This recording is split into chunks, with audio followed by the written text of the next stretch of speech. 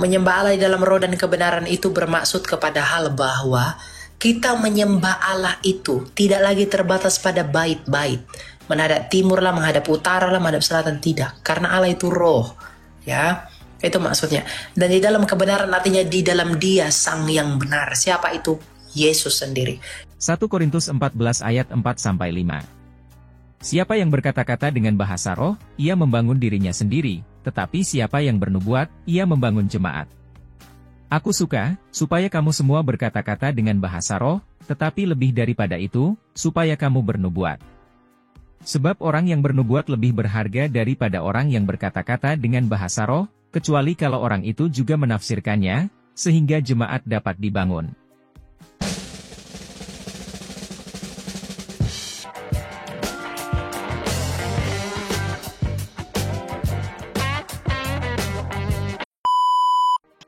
Bagaimana menyatakan bahasa roh itu? Biasa gereja-gereja karismatik menyembah dalam roh dengan irama-irama yang tidak ada tercatat di dalam Alkitab. Bagaimana mereka bisa mengetahui menyembah dalam roh itu harus seperti itu dan harus diajari. Ngerti maksudnya? Makanya kalau berbahasa roh ya harus ada penafsirnya, Bu. Gak bisa sembarangan. Ya, jadi kalau saya kebetulan bukan orang yang punya karunia bahasa roh, jadi saya tidak tahu bagaimana itu, saya nggak tahu. Mungkin Oma bisa tanya kepada mereka yang bisa berbahasa roh. Ya. Menyembah Allah di dalam roh dan kebenaran itu bermaksud kepada hal bahwa kita menyembah Allah itu tidak lagi terbatas pada bait-bait. Menghadap timur lah, menghadap utara lah, menghadap selatan, tidak. Karena Allah itu roh. Ya, itu maksudnya. Dan di dalam kebenaran artinya di dalam Dia sang yang benar. Siapa itu? Yesus sendiri. Karena Yesus berkata, akulah jalan dan kebenaran dan hidup. Jadi menyembah dalam roh dan kebenaran artinya menyembah Yesus, menyembah Allah di dalam Yesus dengan tidak terhingga. Kemanapun, mau kanan, mau kiri, mau kemanapun terserah. Gitu. Ya. Amin. Thank you. Tuhan berkati. Ya. Oke, silakan Ma Bayang.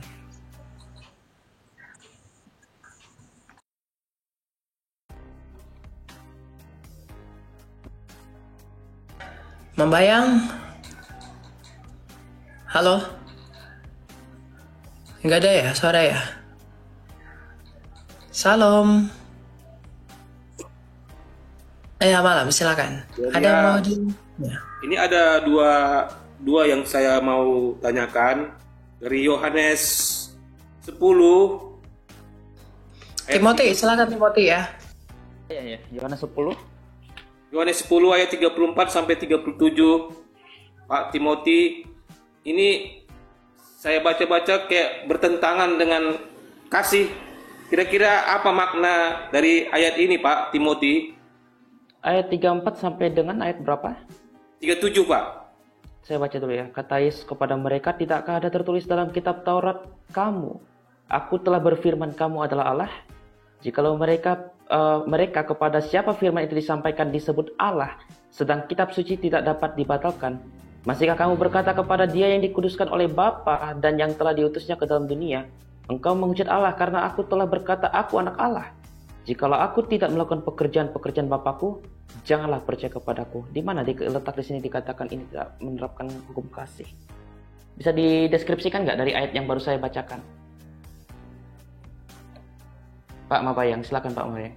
Apa esensi dari ayat yang saya bacakan tadi ditunjukkan seolah-olah ini tidak mengaplikasikan tentang kasih itu? Bukan, Pak, salah Pak, salah ayat Pak, saya Pak, maaf Pak. Ya, Yohanes itu yang aku datang membawa pedang. Oh, Matius 10. Matius 10 ayat berapa itu? 6 kalau saya nggak salah ya. Iya betul Pak, salah tadi Pak, maaf Pak. Bentar ya. Yesus mengutus 11 murid aja. Sorry, bentar. Matius 10. Matius 10 ayat 34. Ayat 3 berapa? Ayat 3, 4. Oh ya. 34. Jangan tahu menyangka bahwa aku datang untuk membawa damai di atas bumi. Aku datang bukan untuk membawa damai melainkan pedang. Ayat itu ya. Iya betul Pak. Iya. Ya. Pedang di sini tidak bisa diartikan sebagai pedang secara harfiah atau pedang dalam pengertian seperti pedang waktu untuk berperang. Pedang di sini adalah simbol di mana ketika Kristus datang itu menjadi konflik antara orang yang beriman kepada Kristus atau orang yang tidak beriman kepada Kristus. Ingat, kalau kita lihat dalam 1 Korintus 7:14, ada istri yang beriman, ada suami yang tidak beriman. Ini gambaran di mana ada pro dan kontra terhadap mereka yang mengikuti Kristus. Karena aplikasi kata pedang di sini bukan pedang harafiah. Apa buktinya? Ayat 35, sebab aku datang untuk memisahkan orang dari ayahnya, anak perempuan dari ibunya, menantu perempuan dari ibu mertuanya, dan musuh ialah orang-orang seisi rumahnya. Jadi di sini bukan dalam pengertian permusuhan yang digunakan dalam peperangan, tapi permusuhan kepada siapakah Kristus pada masa itu.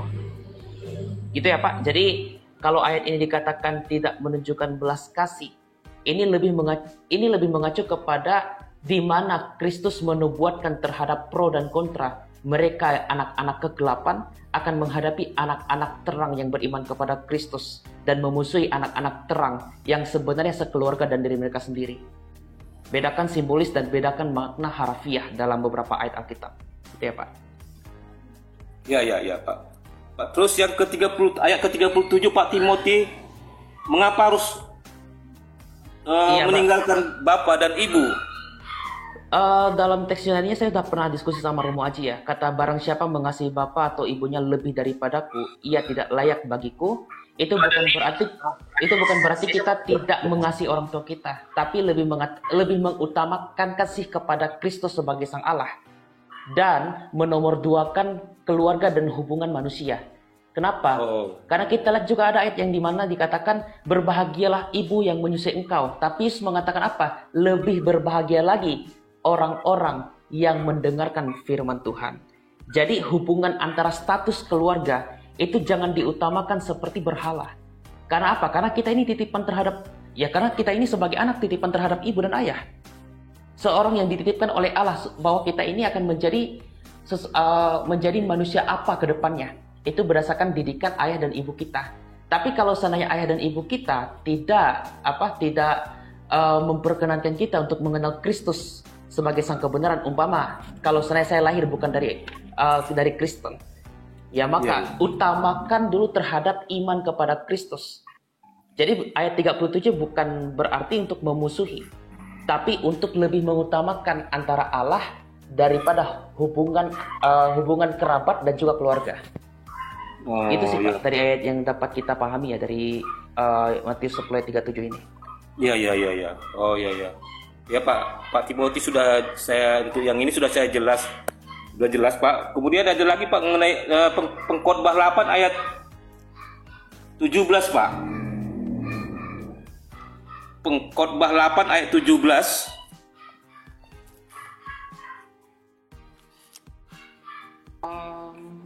Aku mengasihi orang yang mengasihi aku dan orang yang tekun mencari aku akan mendapatkan daku. Itu ya. Pengkhotbah Pak. Pengkhotbah 8 ayat 17. Pengkhotbah 8 ayat 17.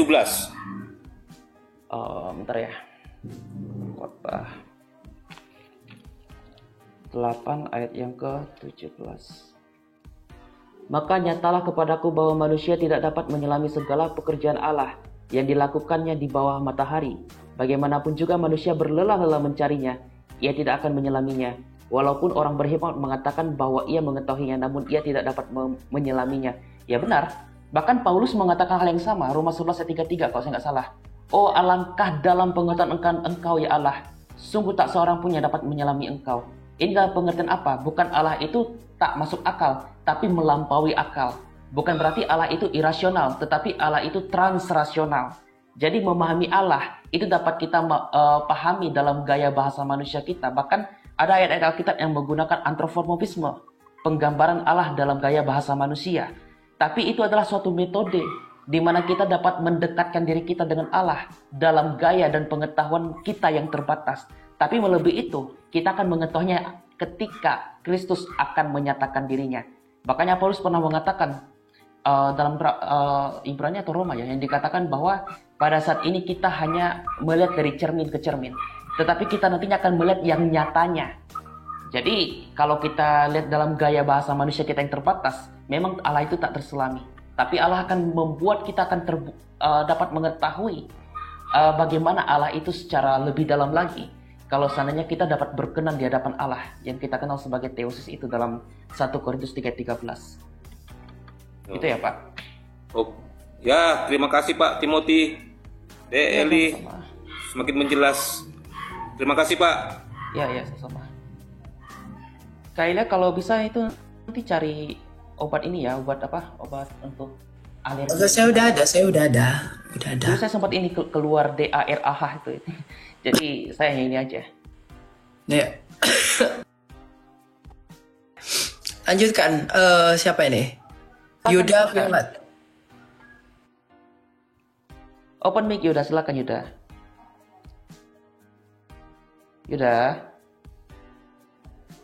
Yuda, monitor Yuda. Ya, silakan Yuda. Selamat malam. Selamat malam Bu Yuda. Mohon maaf ini kalau bisa didekatkan suaranya dengan speakernya ya. Jadi biar bisa kedengaran jelas. Sudah jelas? Agak jelas sih. Oh ya. Kalau bisa agak ini lagi, agak lantang lagi. Oh ya. Ya. Salam buat Elia dan Bang Edi. Nah, di sini saya sudah banyak sebenarnya untuk Elia. Pelan banget, Bu. Iya. Saya nggak denger. Saya sudah banyak mengikuti untuk Elia dan Bang Timothy. Saya tidak banyak bertanya, cuman saya sih hanya mau mendengar saja semua yang diucapkan oleh kita. Itu saja. Semoga itu Elia dan Bang Timothy dalam menyampaikan firman semakin bersemangat dan kami semakin banyak menambah ilmu tentang Alkitab kita. Dan itu saja dari saya. Salam. Salam Bu. Terima kasih dan kiranya Tuhan. Ya, salam. Thank you ya, Bu. Buat itu Elia, semoga suaranya cepat pulih ya. Toh. Iya. Thank Beliau you. Bapak. Ya, Bu, maaf Bu, beliau seorang bapak bukan seorang ibu. Mas Enggak, Eli saya seorang ibu. oke. Saya pikir tadi mengarah ke Mas Eli ya. Ibu dari Medan, Borusi Dauro. Oh Iya. Thank you, shalom ya. Shalom. Berkati. Berkati ya.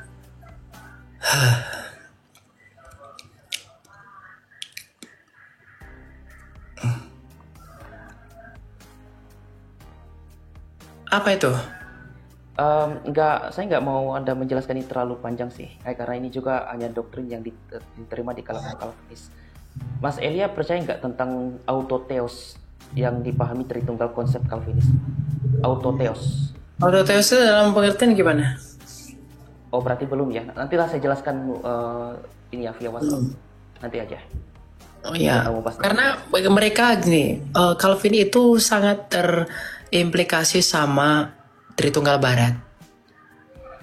Tapi Mas Elia Calvin atau Lutheran? Enggak, saya enggak Calvin. Tapi saya menghargai pandangan Calvin. Oke. Sip, Ya, saya lanjut. Ya.